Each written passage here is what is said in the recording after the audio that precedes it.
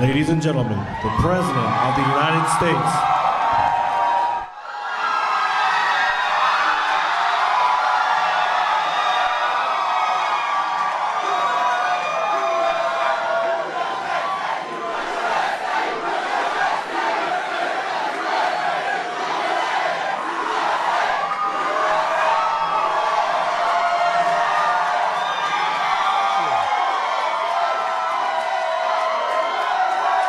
Thank you very much.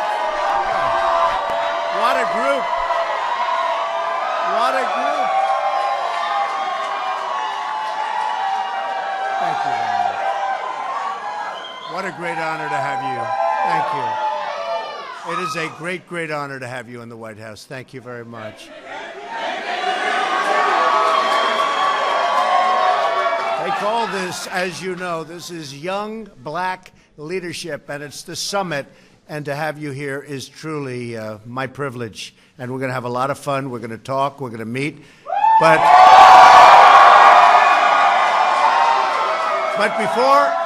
before I do, I'd like to begin, and you are leaders. You're real leaders.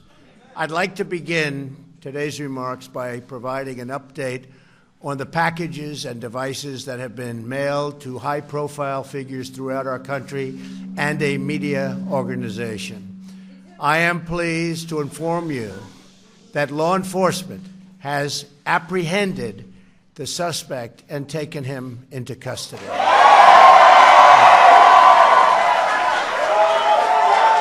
It's an incredible job by law enforcement. We've carried out a far-reaching federal, state, and local investigation to find the person or persons responsible for these events. These terrorizing acts are despicable and have no place in our country. No place.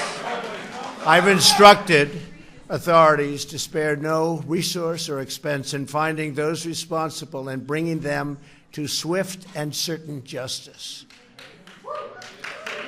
And we will prosecute them, him, her, whoever it may be, to the fullest extent of the law.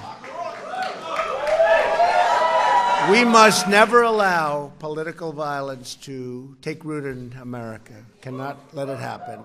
And I'm committed to doing everything in my power as president to stop it. And to stop it now. To stop it now. I have just concluded a briefing with the Department of Justice following the apprehension of the suspect. I want to applaud the FBI, Secret Service, the Department of Justice, the U.S. Attorney's Office for the Southern District of New York, the NYPD, and all law enforcement throughout the entire country, incredible partners. These people have worked so hard, and to have done it so quickly, it's looking like it's a needle in a haystack. How do you do this so quickly? They've done an incredible, incredible job, and I want to congratulate them.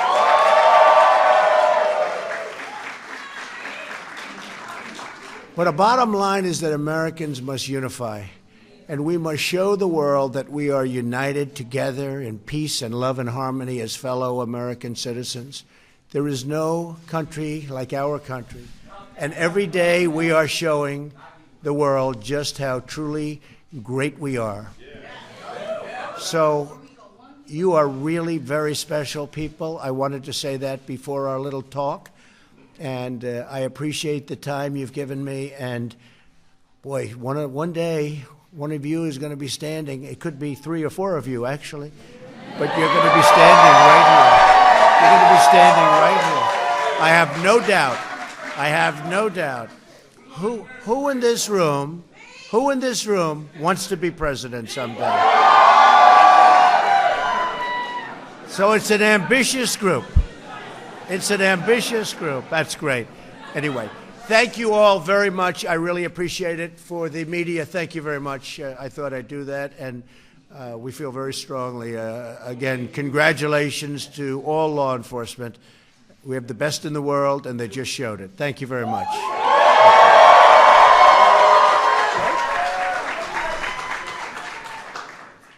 Now to the subject at hand. And it is my great honor to be with so many brilliant, and that's what you are, brilliant, courageous, patriotic, and proud Americans. Seeing all of you here today fills me with an extraordinary confidence in America's future and the great, great future of our country. Each of you is taking part in the Young Black Leadership Summit because you are true leaders on your campuses, in your churches, and in your communities. You are leaders. Leaders of the future. You're leaders of the present also. Remember that. You're leaders of youth. But it's really something to be your age, and where are you standing? In the White House. Not bad. Not bad. Not bad. And each of you is playing a historic role in making America great again for all Americans. We're proudly joined by the Secretary of Housing and Urban Development, Dr. Ben Carson. Where's Ben? Come up here, Ben. This guy was so tough. You know,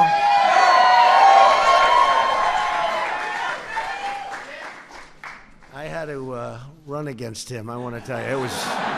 He was brutal. He was tough. And he's my friend. He's my friend. It's amazing the way you can respect somebody. You are.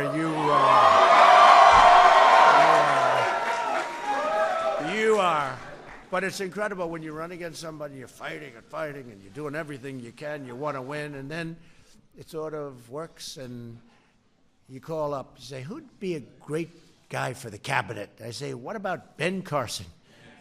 And Dr. Ben, he's one of the greats, and he's our friend. He was some tough customer, though. I don't want to have to go through that again, Ben, right? Well, I also want to thank my friend, Charlie Kirk from Turning Point USA. What a great person. Worked so hard. And Charlie has done a very special job. You know why? He found somebody who's an incredible person. Candace Owens. An incredible person. In fact, Charlie may go down. His greatest achievement may have been finding Candace Owens. I don't know. That's not bad, Charlie. That's not bad. Anyway, two incredible people. Thank you very much, Candace. Charlie. Thank you. Thank you. Thank you, man. Each of you represents the future of our nation. You know that. You are not afraid to stand up for your beliefs or stand against injustice. You refuse to be told by the same failed voices how to think or what to believe. You understand that. And you see what's happening with our country, how great it is, and how well different groups of people are doing. I mean, nobody would believe this. The Democrats are very nervous, I will tell you. They're, you know, supposed to be automatic. They do nothing for you, and that was supposed to be automatic. Not anymore. Not anymore, right? But you're not intimidated by the forces of political correctness, because you embrace your own right to free thought and to free speech. History is fashioned by those like you who step up to the plate and get into the game and get the grand slam home run. I was going to say home run. Let's go for the grand slam home run. Right? That's what you're doing. That's what you're doing, man. That's what you're doing.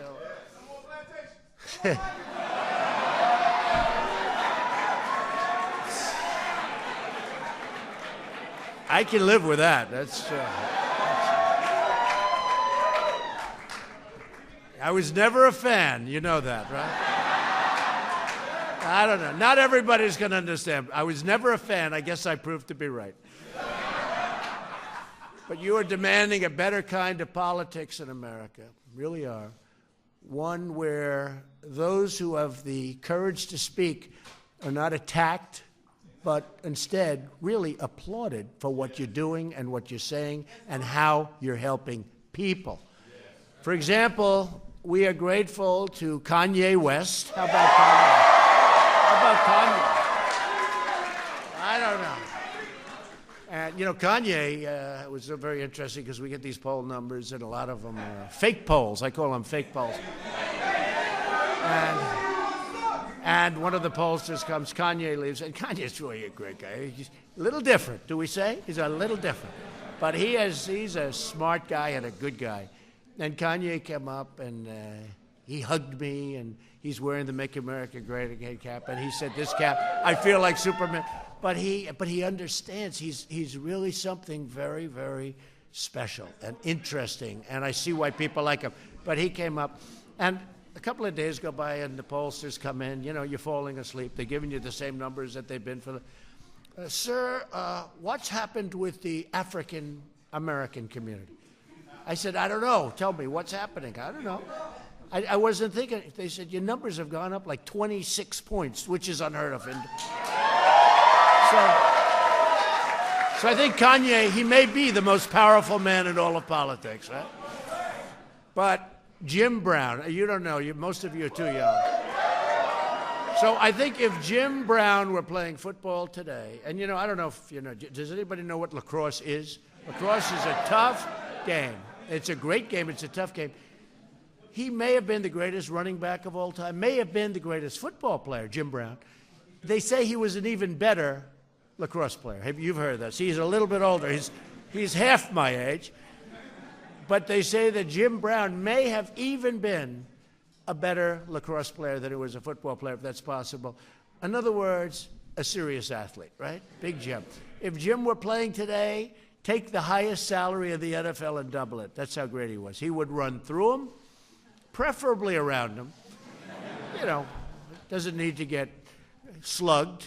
But he would run through them, he'd run around them, he'd run any way you could, but you couldn't stop him. He was something really special, and what a great guy. And he's been there for a long time. He's been with us for a long time.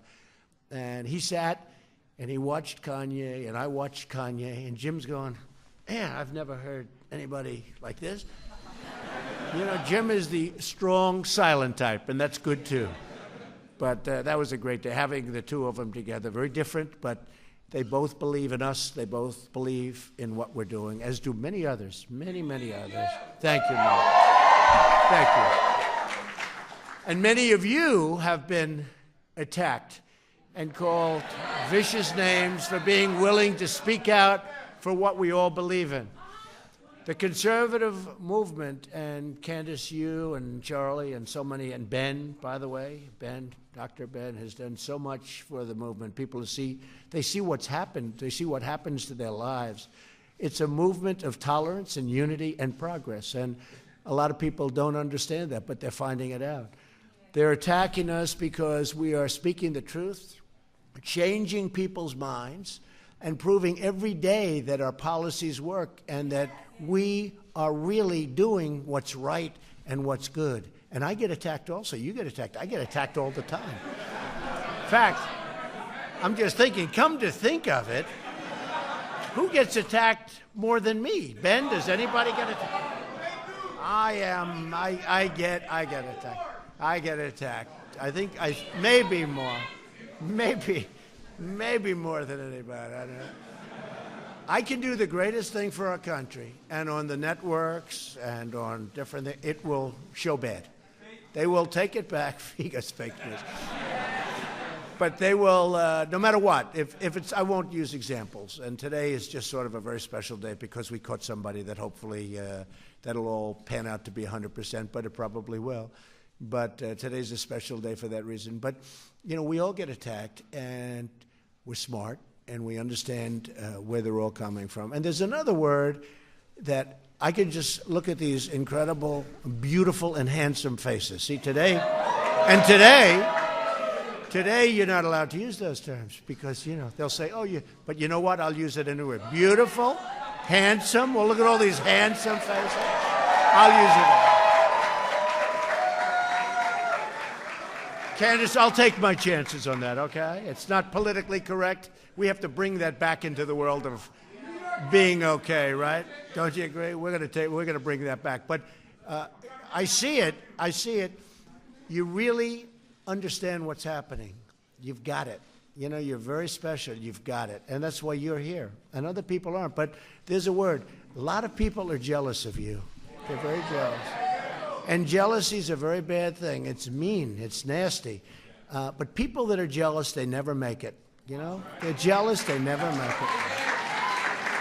They'll be looking at you in 20 years, and you'll be at this plateau that they just will be so angry, and it's just. But remember, there's a word called jealous, and you have a lot of people that are very jealous of you, and how far you've come, and how quickly you've come. So, I just want it's an unfortunate thing. Probably will be with us for a while, but that's a word that we have to understand because it's used against us very much.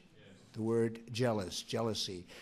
The worst tendency in our politics is to tell people what they should believe based on their race or religion or color or creed. Right?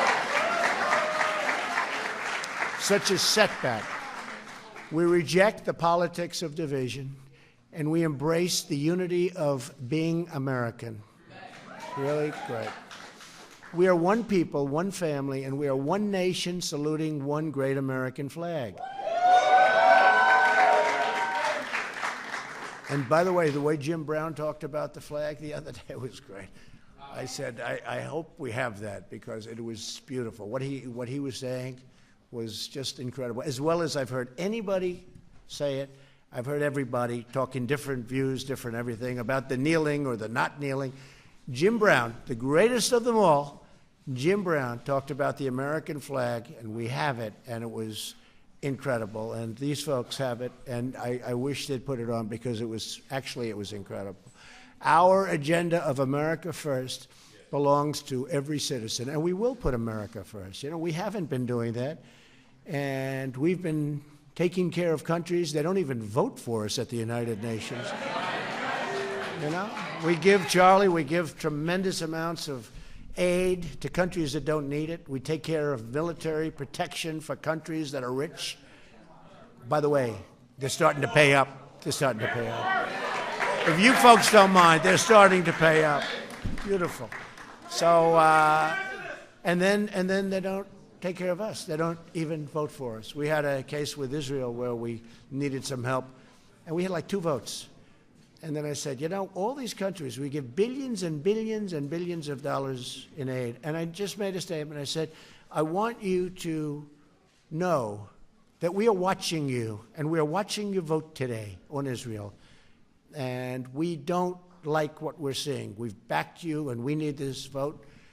And because Israel has been a great ally, we've done a lot for them, but they've done a lot for us. And in the Middle East, it's nice to have somebody that you can rely on. And so what happens is we end up getting 68 votes. So we went from 2 to 68 because we said aid, you're not going to get it, or maybe you're not going to get it, or we're watching. You have to watch.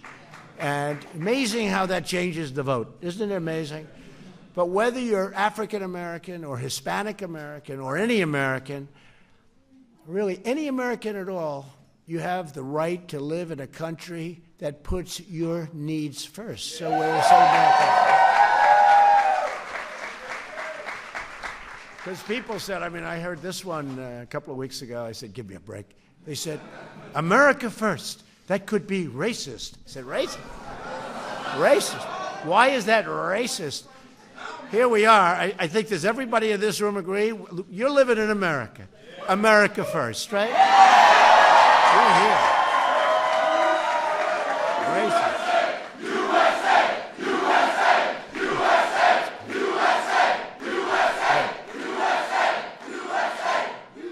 That is really beautiful.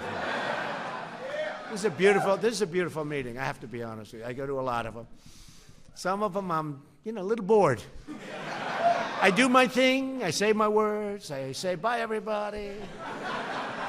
And I go and I say, it's all right. But this is to me, this is a very exciting place.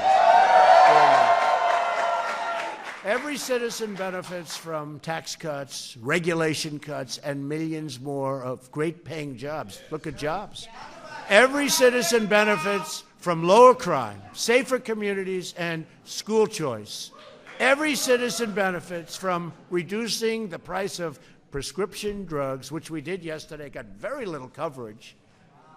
I was told by a very prominent, congressman, I must say, a few of them, one was a Democrat, very strong, said, the reduction of drug prices is more important than health care.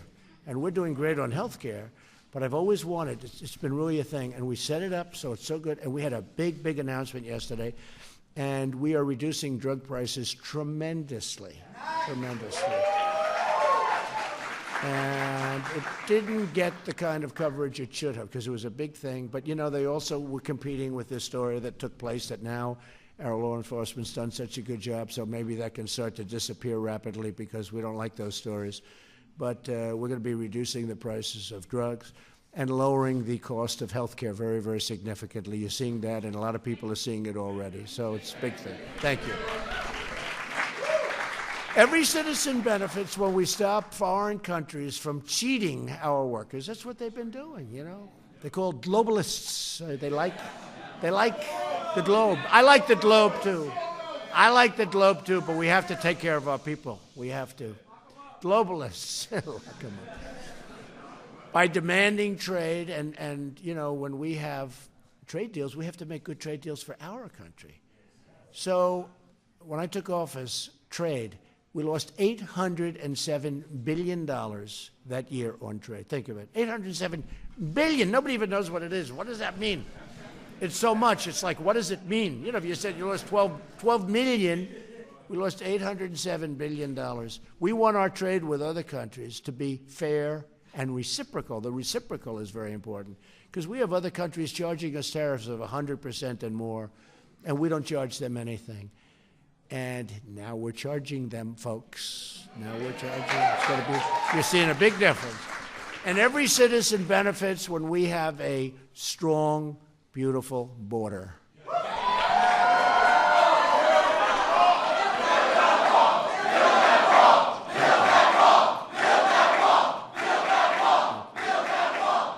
And that's happening. And we have a big, as you know, we have, they call it the caravan. It's a big caravan. And I called up the military. This is the military, greatest military in the world. I called up the military. We're not letting them in. They ought to go back now because we're not. Now, do we want them to apply and come in legally? Absolutely, yes.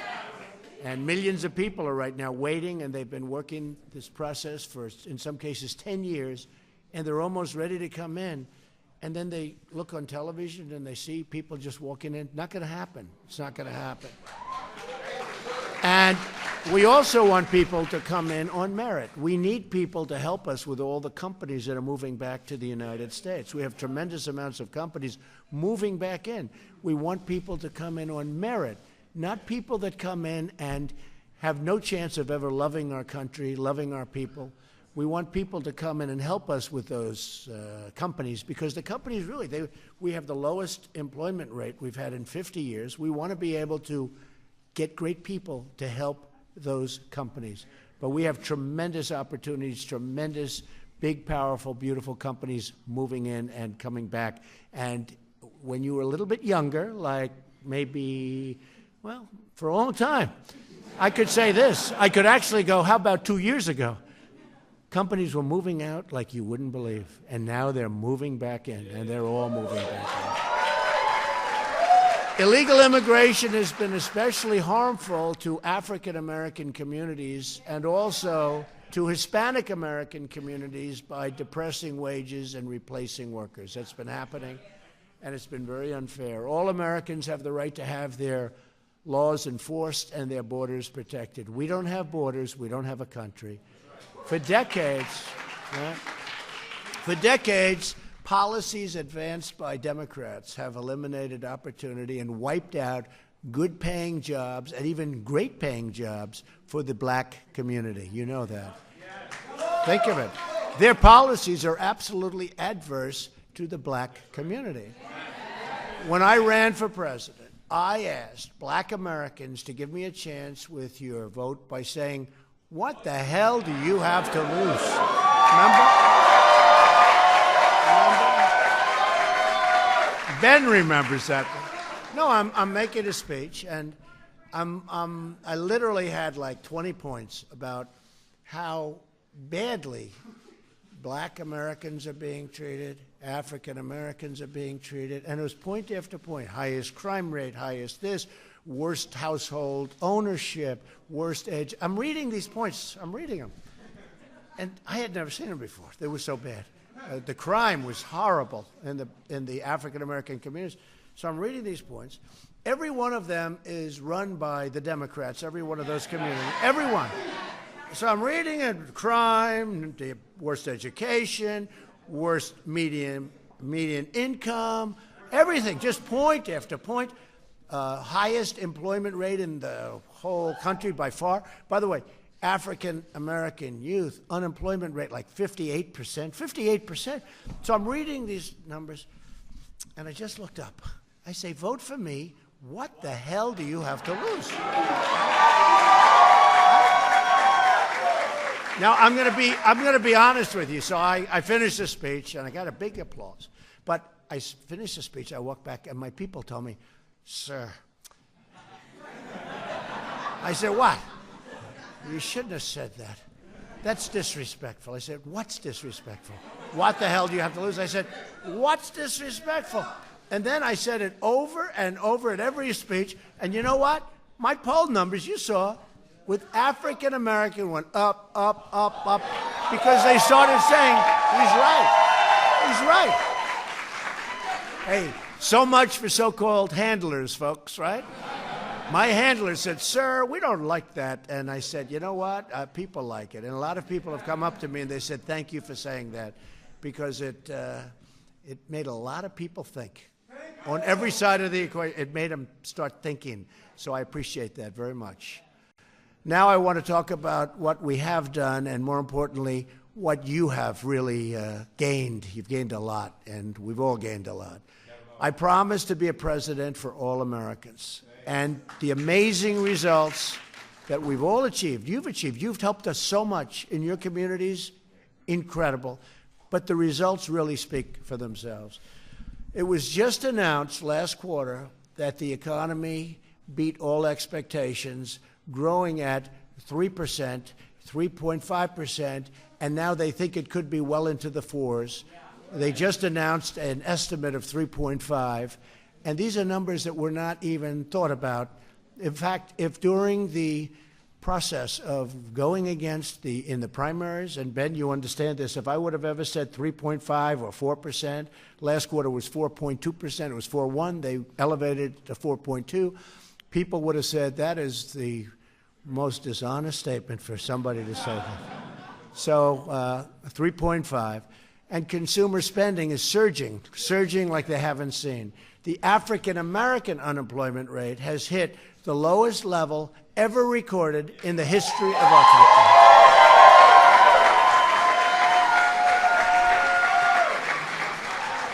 And that took a big, beautiful, I mean, the change has been so incredible just in the 2 years. But think of that, that's in history, That's a tough soundbite for my opponent when we run, whoever that opponent's going to be. By the way, African American unemployment is lowest in history. I don't know how you beat that soundbite. And we're going to do better and better and better. But now we'll just make it better and better. I vote Democrat again. You're right. The unemployment rate for African American women has also reached the lowest number ever recorded. Congratulations.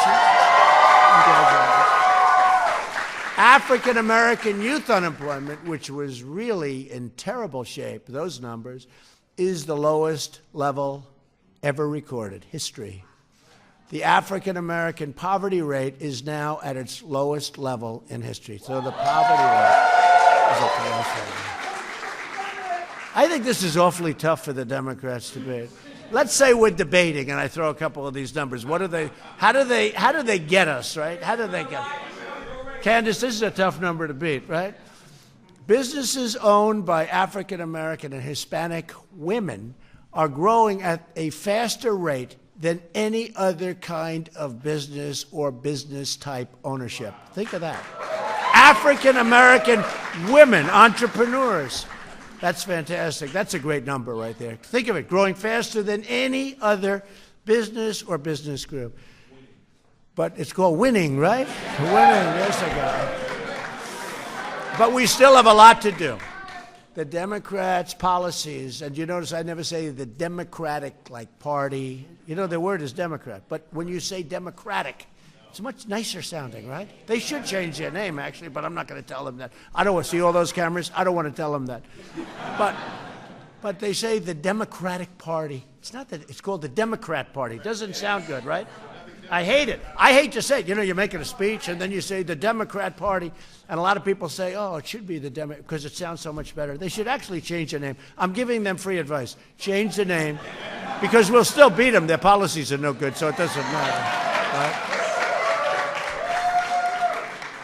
But Democrat policies have led to unsafe communities, failing schools, over-incarceration, which is a big thing that Jared Kushner is working on. There's Jared. Look at Jared. Hi, Jared. He talks about that, the prisoners, and they get out and they couldn't get jobs now. You know, it's one stat that I wasn't going to even mention today. It wasn't part of it, but we're very proud. Jared Kushner has worked so hard on this, and beyond anything you can believe. Maybe he feels more strongly about this than any other thing you're working on. He's working on some very exciting things.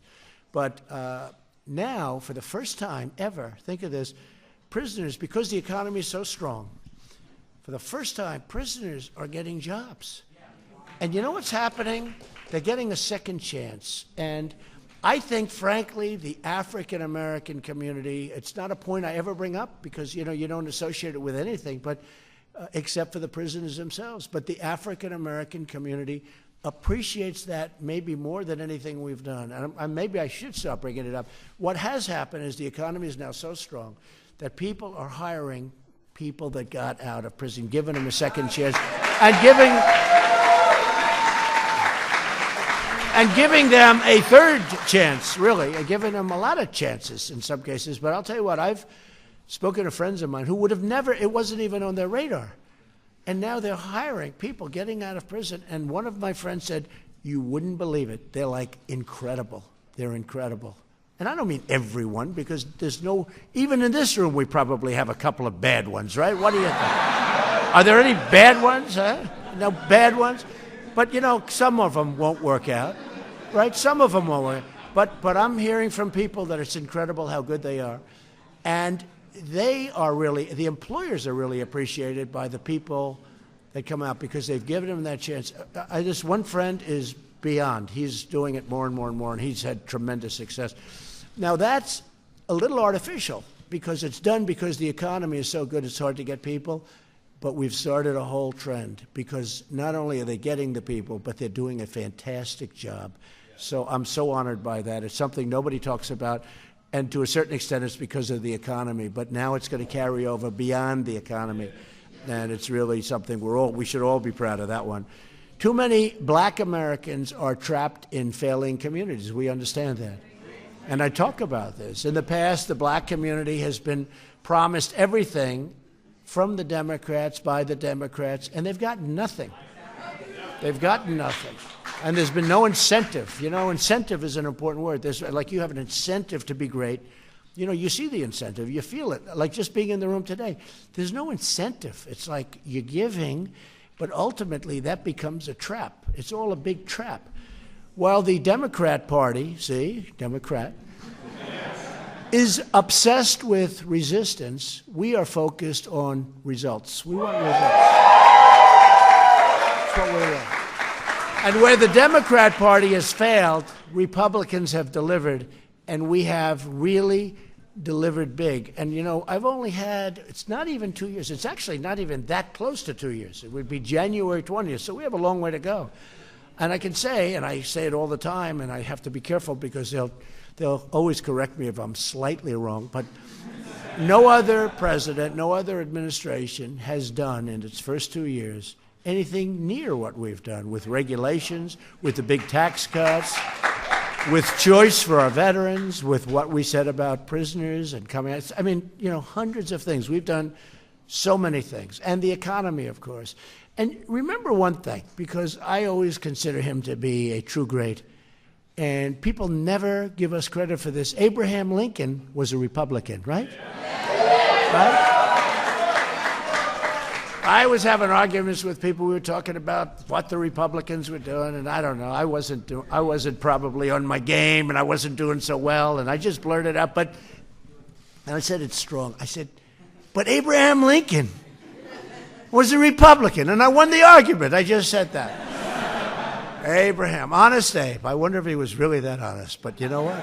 Let's assume Honest Abe was Honest Abe.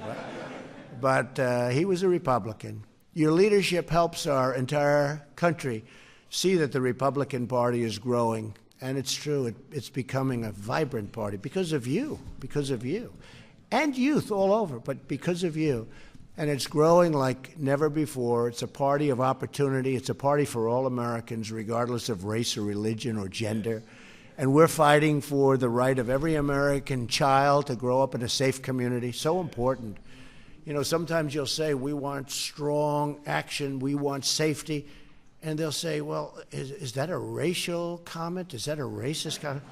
You know, we want safety. We don't want people hurt when they go and buy bread. And I've been with too many people. They've lost their sons, they've lost their daughters to just bad policy. And they're devastated, And then they go out and they vote for Democrats, and it just doesn't make sense. Never made sense to me. So, and I think the people in this room probably understand it even better than I understand it. Never made sense. But you have the right to attend great schools and to graduate with access to a rewarding job and a lifelong career. You want to, you know, like I think this room, 95% of this room probably gets up in the morning and you can't even sleep. You're excited by life. I'm excited. I am. You're excited, right? You're excited. But, you know, and it's true. You want to, and you want that. You want to run to your job if you like your job. By the way, if you don't like your job, if you don't like what you get something else. The nice thing is, see, now you have the choice. Before, people had to hold on to their job because it was not the same. Now you can really go look at 7 jobs, 10 jobs. You pick the one, and if you don't like it, you go to another one. But now you really do, because there's nothing like wanting to go to the job, and you'll do better because you like it. Each of you here today are very special people. Through your voice, your engagement, and your activism can help make the future of this country even better. Even better. As great as it is, as great as it's becoming, we've made such progress over the last 2 years. You're going to make it much better. You're doing something very important. You're really at the forefront of something unbelievably important, and you know what I mean. It's historic. It is historic. It really is. It's historic what you're doing, and that goes for you two. And Ben, I don't know, you're from a different age, Ben. Hey, Ben's been at the forefront, though, when you think. You know, he's a great doctor, great doctor. I've had friends that had difficulty, and they called me and they said, and I sent them to Ben, they said, even though he's now judge of housing, and he figured it out quick, I said, do you know much about housing? He said, not that much. I said, yeah, but you're as smart a guy as there is. You'll figure it out. He's all figured it out. You figured it out, Ben, huh? But he was a great brain surgeon, and I've actually sent people to, just for reference, you know, like they have a problem, and you have given them great advice. He sent them to the right people, just as a thing to do, people that were in big trouble. Ben Carson is a special person. So you are all the future of this nation, I have to say that, and there's nothing you cannot do. There's nothing you cannot do. And you're not alone. You're giving courage to others. You're opening up their minds.